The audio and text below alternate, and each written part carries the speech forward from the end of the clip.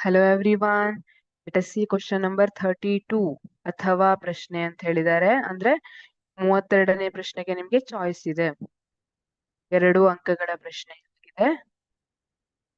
ಅದರಲ್ಲಿ ಮೊದಲನೇದು, ಸಸ್ಯಗಳಲ್ಲಿ ಮತ್ತು ಪ್ರಾಣಿಗಳಲ್ಲಿ ಹೆಚ್ಚಾದ ಗ್ಲೂಕೋಸ್ ಯಾವ ರೂಪದಲ್ಲಿ ಸಂಗ್ರಹವಾಗುತ್ತದೆ? ಈಗ ನಿಮ್ಮ ಮನೆಯಲ್ಲಿ ನೆಂಟರು ಬಂದಿದ್ದಾರೆ ಅಂತ ಇಟ್ಕೊಳ್ಳಿ. ಅಮ್ಮ ತಿನ್ಲಿಕ್ಕೆ ಮಾಡಿರುವಂತಹ ಹಲವವನ್ನ ತಗೊಬಂದು ನೆಂಟರಿಗೆ ತಿನ್ಲಿಕ್ಕೆ ಅಂತ ಇಟ್ಟಿದ್ದಾರೆ ಪ್ಲೇಟ್ ನಲ್ಲಿ. ಈಗ ನೆಂಟರು ಹೋದ್ರು, 4 ಹಲವ ಇಟ್ಟಿದ್ರು, 2 ಹಲವ ಮಾತ್ರ ತಿನ್ಕೊಂಡು ಹೋದ್ರು ನೆಂಟರು. ಉಳಿದಿದ್ದೆರಡಿತ್ತು, ಅದನ್ನ ತಗೊಂಡೋಗಿ ಡಬ್ಬದಲ್ಲಿ ಹಾಕಿಡ್ತಾರೆ ಅಲ್ವಾ? ಯಾಕೆಂದ್ರೆ ನಾನ್ ತಿನ್ಬಾರ್ದು ಅಂತ ಹೇಳ್ಬೇಡ್ರಿ, ಅದು ಹಾಳಾಗಬಾರ್ದು ಅಥವಾ ಗಾಳಿ ಜೊತೆ ಸೇರಿ ಹಾಳಾಗಬಾರ್ದು ಅಂತ ತಗೊಂಡೋಗಿ ಡಬ್ಬದಲ್ಲಿ ಹಾಕಿ ಚಂದ ಮಾಡಿ ಇಟ್ಟಿರ್ತಾರೆ. ಈಗ ಅದೇ ತರ ನಮ್ಮ ದೇಹದಲ್ಲಿ ಗ್ಲೂಕೋಸ್ ಹೆಚ್ಚಾಯ್ತು ಅಂತ ಇಟ್ಕೊಳ್ಳಿ.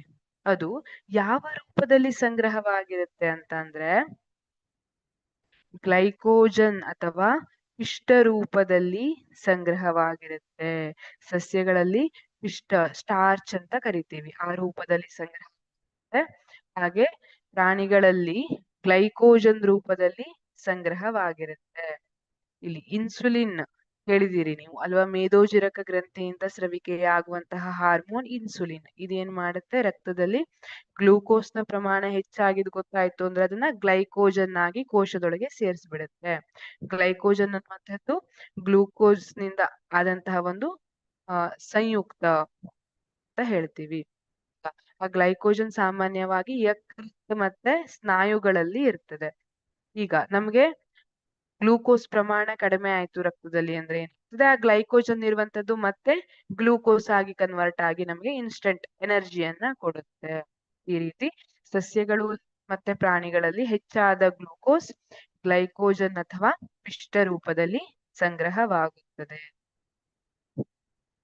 ಹಾಗಿದ್ರೆ ರಕ್ತದಲ್ಲೇ ಗ್ಲೂಕೋಸ್ ಜಾಸ್ತಿ ಇದ್ರೆ ಏನಾಗ್ತಿತ್ತು? ಈಗ ನಾನು ಹೇಳಿದ್ನಲ್ಲ ಹಾಗೆ ಏನಾಗ್ಬಿಡುತ್ತೆ, ಜೀವಕೋಶಕ್ಕೆ ಅದು ಸಮಸ್ಯೆಯನ್ನ ಉಂಟು ಮಾಡುತ್ತೆ. ಹಾಗಾಗಿ ಅದನ್ನ ರಕ್ತದಲ್ಲಿ ಜಾಸ್ತಿ ಹೊತ್ತು ಇಡದೆ ಇರೋ ತರ ಸ್ಪೆಷಲ್ ಆಗಿರುವಂತಹ ಜೀವಕೋಶಗಳಲ್ಲಿ ಅದನ್ನ ಸಂಗ್ರಹಿಸಿಡಲಾಗುತ್ತೆ. Thank you.